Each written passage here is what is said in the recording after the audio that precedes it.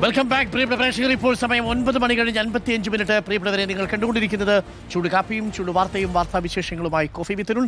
ഇപ്പോൾ തമിഴ്നാട്ടിൽ വേറിട്ട പരിഷ്കാരങ്ങളുമായി മുഖ്യമന്ത്രി ജോസഫ് വിജയ്. മുഖ്യമന്ത്രി കസേരയിലെ വെള്ള ടവൽ ഒഴിവാക്കി.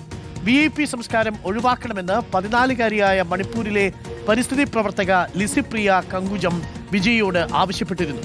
അതേസമയം ലഹരിക്കെതിരെ കർശന നടപടിക്കൊരുങ്ങുകയാണ് സർക്കാർ.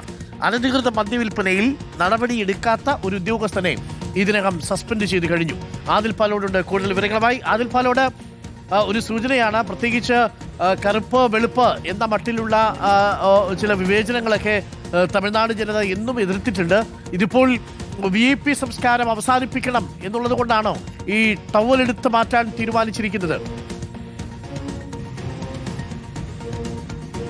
ഉറപ്പായും അങ്ങനെ തന്നെയാണ് അരുൺകുമാർ. മുഖ്യമന്ത്രിയുടെ ഓഫീസ് പങ്കുവച്ച ദൃശ്യങ്ങളിലൂടെയാണ് ഇക്കാര്യം വ്യക്തമാകുന്നത്. കഴിഞ്ഞ ദിവസമാണ് ലിസിപ്രിയ കങ്കുജം എന്നു പേരുള്ള മണിപ്പൂരിലെ 14 വയസ്സുള്ള ഒരു പരിസ്ഥിതി പ്രവർത്തക ബാലികയാണ് ഒരു എക്സിലൂടെ വിജയോട് ഒരു അഭ്യർത്ഥന മുന്നിൽ വെക്കുന്നത്. വെളുത്ത തുണി, വെളുത്ത ടവൽ, തൂവാല കസേരകളിലിട്ട് അതൊരു VIP സംസ്കാരമായി നാട്ടിൽ മാറിയിട്ടുണ്ട്. അതൊരു മോശം പ്രവണതയാണ്. അത് വിജയ്ക്ക് മാറ്റിക്കൂടെയോ എന്നുള്ളതായിരുന്നു ചോദ്യം.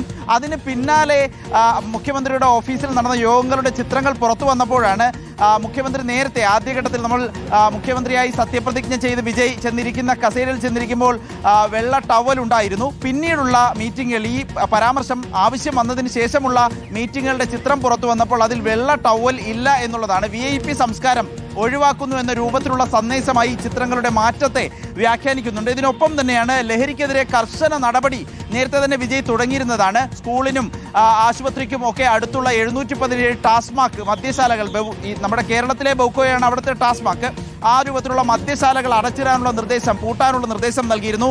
ഇപ്പോഴത്തെ ഒരു കർശന നടപടി വന്നിരിക്കുന്നത് തിരുവട്ടൂർ ഇൻസ്പെക്ടർ മോഹൻദാസിനെ സസ്പെൻഡ് ചെയ്തിരിക്കുന്നു എന്നുള്ളതാണ്.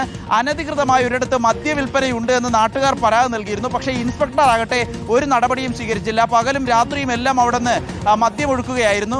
ഉടനെ തന്നെ ഇത് കണ്ടെത്തുകയും ആഭ്യന്തര വകുപ്പ് ഭരിക്കുന്നത് വിജയ് തന്നെയാണ് കൈകാര്യം ചെയ്യുന്നത്. അതുകൊണ്ട് തന്നെ വിജയുടെ ഉത്തരവ് വരുന്നു. ആ ഇൻസ്പെക്ടറെ സസ്പെൻഡ് ചെയ്തുകൊണ്ടുള്ള കർശന നടപടിയിലേക്ക് പോകുന്ന ഒരു സന്ദേശമായി ഇതിനെ മനസ്സിലാക്കണം എന്നുള്ളതാണ് TVKയുടെ ഭാഗത്തു നിന്ന് വരുന്ന പ്രതികരണവും. ഏതായാലും പരിഷ്കാരങ്ങളുമായി വിജയ് സർക്കാർ മുന്നോട്ട് പോവുകയാണ് അരുൺ തമിഴ്നാട്ടിൽ. Okay, thank you. ആദിൽ പാലോടാണ് വിവരങ്ങൾ നൽകിയത്. അപ്പോൾ വളരെ പ്രധാനപ്പെട്ട ചില നീക്കങ്ങളൊക്കെ വരുന്നു എന്നുള്ളതാണ്. ഇതൊക്കെ കണ്ണിൽ പൊടിയിടാനുള്ളതല്ലേ എന്ന് ചില ചോദിച്ചേക്കാം. അങ്ങനെയല്ല, ജനപ്രിയമായ ചില തീരുമാനങ്ങൾ ഏതൊരു സർക്കാരിൻ്റെയും തുടക്കത്തിന് ആവേശം പകരും. അത് വലിയ മാധ്യമ ശ്രദ്ധ പിടിച്ചു പറ്റുകയും ചെയ്യും. ഇപ്പോൾ തമിഴ്നാട്ടിൽ ആ VIP സംസ്കാരത്തിന് തുടക്കം കുറിച്ചുകൊണ്ട് മുഖ്യമന്ത്രിയൊക്കെ ഇരിക്കുന്ന, മന്ത്രിമാരിരിക്കുന്ന കസേരയിലിടുന്ന വെള്ള ടവൽ മാറ്റുന്നു. നമ്മളും പലപ്പോഴും അധികാരത്തിൻ്റെ സിമ്പിളായിട്ട് കാണുന്നുണ്ട് അല്ലേ? ഒരു പ്രത്യേകതരം ടവല് ഈ മന്ത്രിമാരിരിക്കുന്ന കസേരയിലുണ്ടാവും. അത് ശരിയാ അല്ലേ? നമ്മൾ ആലോചിച്ചു, ബാക്കിയുള്ള MLA-മാർക്ക് ഇല്ലാത്ത എന്ത് സംഭവമാണ് ഈ മന്ത്രിമാർക്ക് പ്രത്യേകമായിട്ടുള്ളത് അല്ലേ?